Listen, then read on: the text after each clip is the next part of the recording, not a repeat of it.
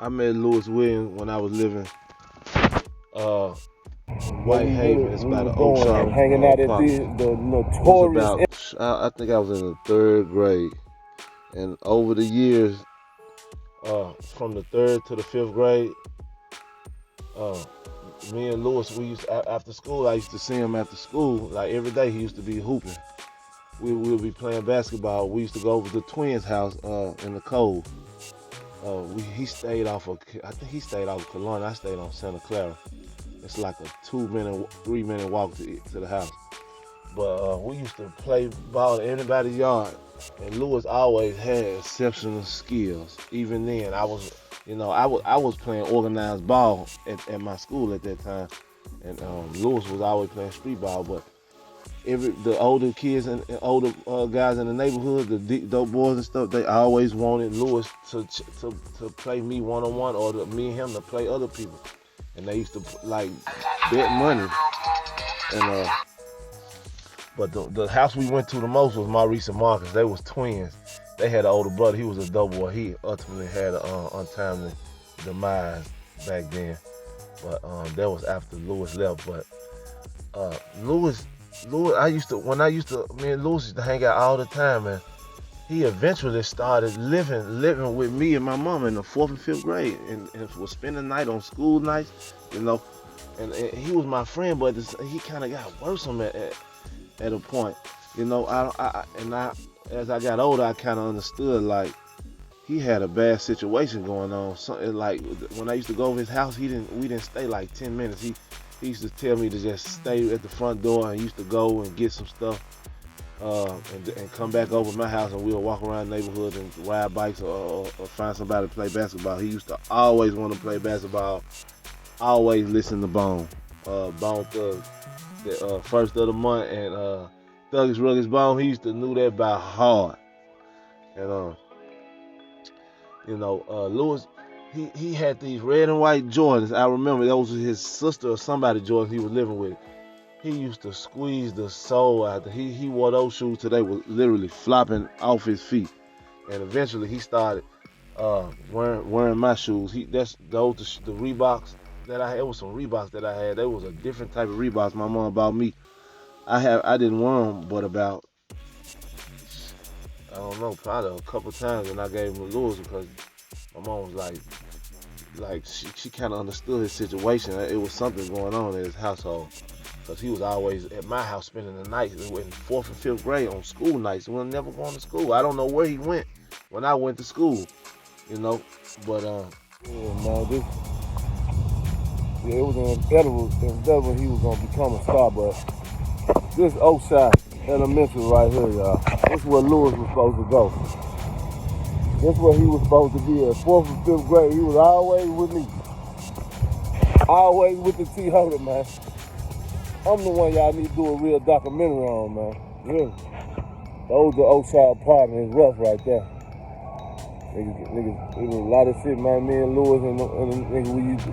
Our mama found out. A lot of things young niggas shouldn't have been getting into that we was doing, and hanging out at the notorious, infamous Oakshire apartment back in the day.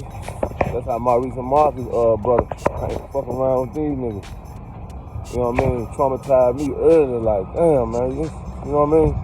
But this Oakshire, man, this how they do the schools in the hood. You see what I'm saying? Now take a look at your elementary school and look at the difference. I bet they keep the upkeep so good. I look like they cleaned it back up, Everything still look the same, but yeah, man, I'm just doing my little short documentary, man. How times change, and you can become a star. You can make it out of the situation. Cause wasn't nobody helping homie out, but my mom and my dad. My mom and dad they was going through it. They were trying to, as a black people, trying to stick together. They were trying to do the family thing. Just, man, you know how it is when you black. So, but yeah, man, Lewis was like a brother. He popped up out of nowhere, 3rd grade, and just hung with me until he left 6th, 7th grade. Just left, disappeared out of nowhere. You know what I mean? Was a fight, man. You know how many fights we got into? Woo. Y'all hear me? Just showing y'all kids, man. I always show appreciation to the ones that help you. I always give back, brother. You was born here in Memphis, Tennessee, homie. Home of the Warriors and damn food. Watch this, I'm gonna ask grandma about this is not good for the end of what? I don't know, Mom. What y'all gonna do then? What you on your way to? Gotta do somewhere too. You gotta do something? Mom, you got pictures of Picture what? Louis? T-Bag? No, Louis Williams. Louis, yeah. I don't know. No, I'm trying to. Yeah, Wayne, I ain't got no picture of him. Probably in your Yearbook? AAU books and stuff like that. But he go AAU? Nah, man, he played St. Paul. At St. Paul? Yeah. It probably Who was he living with, Mom? I'm trying to shoot a documentary on him. Yeah. You think you know documentary? You done got yourself sued. Oh, that's gonna get you. I ain't got none. You ain't get sued by identity theft. By doing that on him. Identity theft? Whatever you call it, he ain't asked you to do. Who he was living with? He was living with his sister. That was his sister? That was his sister, yeah. What was it? Because his mom was on drugs. You can't do that kind of stuff. You get put in trouble. Hey, you'll get put in jail and everything. How you get put in jail? I didn't know you when we That's what he what? He already, I can remember what's problem. The guys I know, the security guards there. Yeah, that's how fun. That's what I'm finna do a documentary on and show the kids. Stuff like that, they're gonna think you hate and jealous. Yeah, they gonna think what they want. People expose these players anyway. The White Howard, the punk, they expose him. He's gonna do a documentary when he get ready to do it. Nah, I'm gonna do my own documentary. You can get with him when he ride I ain't trying to get with him. Since he ain't know me, then why he wanna ride with my dad? That's that country stuff. You scared everybody gonna sue you, but you'll let the white man walk off. The South, boy. The South. You born in the South, you gonna think like a slave. Louis used to stay somewhere over here, man. I can't remember. It's been so long. Man, they done built all these houses back up. You see, this is where I used to walk. We used to walk up here to go to Louis' house. This used to be my street right here.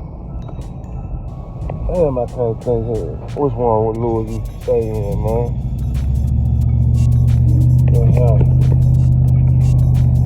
Santa Clara, okay. You want to see, look, this is the street I used to stay on right here. Santa Clara, y'all. So this from my house was right. I remember my house. Used to be my house over here. We used to walk from right here, and all these kids over here used to be a lot of young niggas over here hooping. I keep thinking that, man, it was a regular house back in the day that Louis used to stay in. But that's what I'm telling y'all kids, man. If you want hooping, where we look, this where my house used to be, y'all. Right here, 1741. This where Louis used to come. This where we used to be at and hoop. All the time. We used to play and play in this field, man. I had a go-kart. We used to we used to go over there, man, with some white folks, like arcade thing, man. My mama told me, don't go over there. We still went over there. We went in there, a lot of biker-looking white bikers in there, man. Ooh, my mama found out we went over there. She was gonna ring us, man. We went in there. They looking at us like they about to hang young nigga. I said, oh, man, we were 4th and 5th grade, bad as a mother. This where we used to walk. Maurice Marcus house used to be right here. You know what I'm saying? They brother had got shot, man. They tried to rob him, man. He the one he used to pay everybody to play us, man. Louis used to beat him every time. I used to dog little Louis though. See, they still gotta go. I think Maurice and Marcus, that's the goal right there, bro. It was pure dirt. I remember my mom bought me some new Nikes.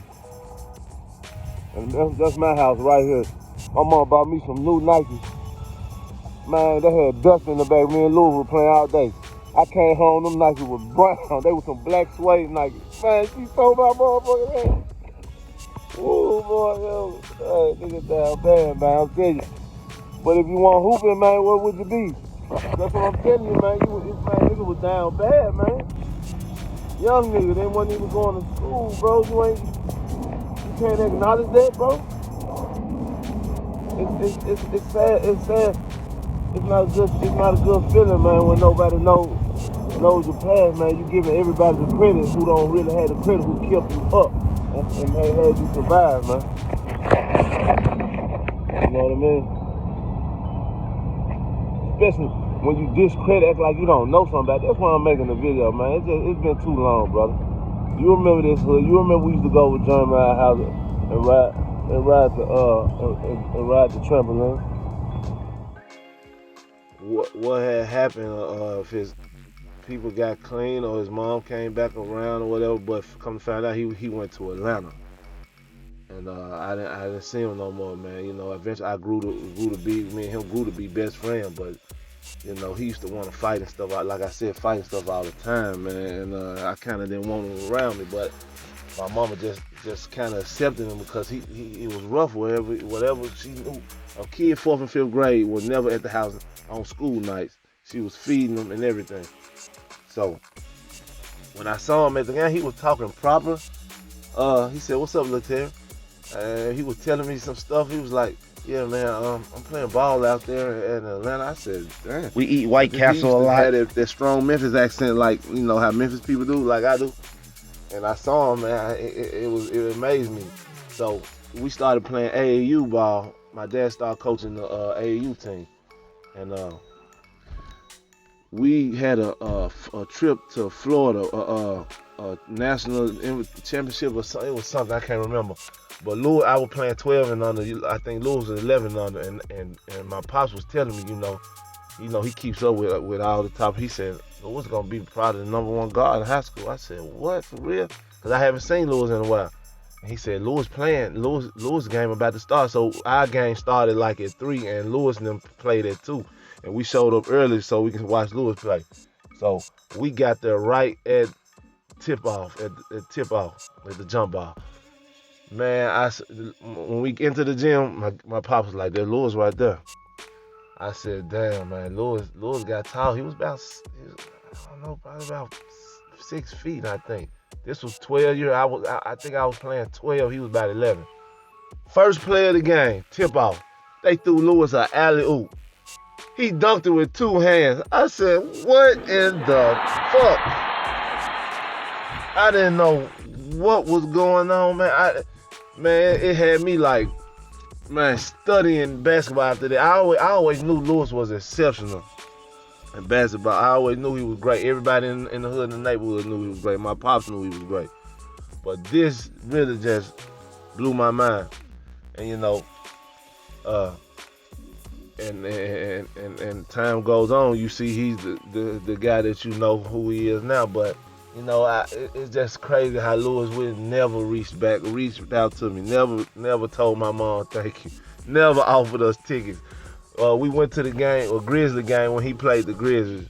My mom told the security guard to try to tell Lewis, you know, hey, what's going on? Man, you know how he high side and played their role with us, man. Like he didn't really, you know, like he could kind of busy now. He acknowledged that he knew us and stuff, but it's like, man, it's just, you know, the moral of the story is, you know, nobody owes you nothing, man. But man, this man was literally living with my mom. Like you did not want to be in that situation. Whoever you was living, your sister, whoever that was, your mother was not around. She was not, you know. I'm glad whatever happened, she started coming back around and you became the star and took care of you while you're in high school. But it's just funny how, like, you know, a person this been over 20-some years, almost 30 years. Never showed no appreciation to your mom and dad. My dad introduced you. He took a chance letting you play for a team that you didn't even go to school to, man. But so somebody, family or whatever they did, took the time out, they hard working schedule, whatever, to help you out, and you get older and you eventually make it and you over successful, man. Look out for yourself, man. Look out for the people, man. You know, it don't take much at all, man. You know, but it sounds cliche, but if he can do it, Man, all you young cats can do it that's in a rough situation, man, because it's an epidemic out there. Young kids dying before they even get their first piece of pussy. Man, just try to stay positive, man. It's rough, but it's gonna make it. But stay tuned, like and subscribe. I'm articulating everything as I see it. I got part 2. I got some more things. I got videos I'm getting. You gonna see like a phenomenon in the making. When he was in 4th and 5th grade, Lewis stayed with me from like he was playing for the team. My dad coached for the school I went to, was a private school. He got MVP. This man was pulling up, jumping, putting between the legs, step back in the 4th, 3rd, 4th, 5th grade. I'm telling you, man. I'm gonna have pictures of Lewis MVP. Then he wasn't like even going to school. You know what I mean? So you got MVP over school. He didn't even go to school in elementary. Eventually, you can say it's for clout or whatever you say the motive is. Cause all you niggas doing it for clout. Clout gonna get you paid. You remember? You say you a real nigga. Nah, that's not no real nigga shit, homeboy. You hear me? But yeah, whatever. Y'all stay tuned, man. T. Hurley. It's bigger than Nino Brown. Where you on at, Lewis?